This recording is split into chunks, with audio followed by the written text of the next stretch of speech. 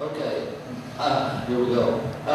Performance art in Vancouver has never been purely pursued as a visual arts discourse. Coming out of interdisciplinary practices in the 60s, where it was often tied to music, media, and dance practices, it is also historically close ties in Vancouver to writing and photography. This panel explores some of the history with people who had a strong hand in developing it, tracing its history through the 60s and 70s, heavily influenced by jazz, rock, and later punk. We follow the unique path performance art took in Vancouver. We look at the close alliance with photographic and literary practices that have marked its development. Intermedia was formed in 1967 and supported performance art practices into the 70s. Their annual takeover of the Vancouver Art Gallery was an important time in Canada for seeing cutting-edge interdisciplinary work that combined installation, media, and live practices. In the 1970s, Western Front was an important venue for importing important work from inside and outside Canada. The program over 30 years has brought in many important international performance artists. Video In was also producing work that combined live and media practices. In 1980, we get the coming together of the Video In and the Western Front pumps to produce the Living Art Festival that shows a large range of work being produced in the city at that time. The 80s saw performances split into new venues like the Unit Pit and the Grunt, but also places like Orr Gallery and Kootenai School of Writing.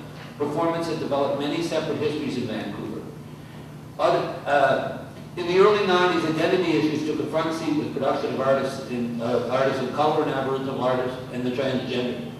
Through events and exhibitions like Queer City in 1993, Racy Sexy in 1994, performance art played an important role in the development of these issues in the city.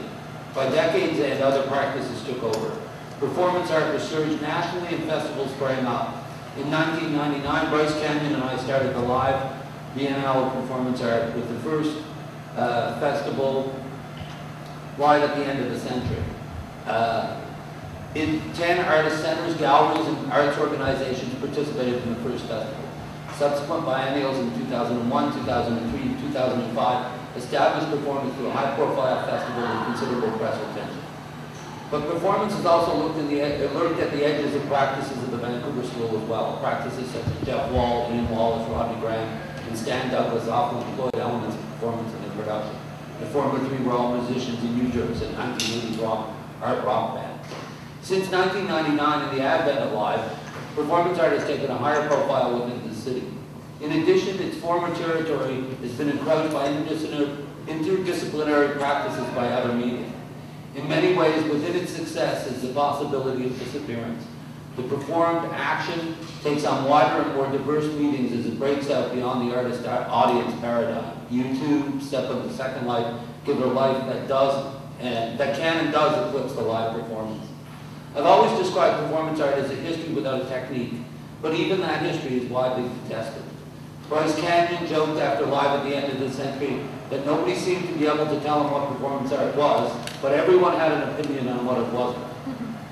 Moving through, in the 50s and 60s, moving through live action, fluxus, intermedia, action art, the tide, we finally come to the phrase performance art in the 70s, but 10 years later it's fragmented back out again into live art, durational work, relational work, dialogical practice, and even the sole word performance, which can seem to mean anything at all given its context.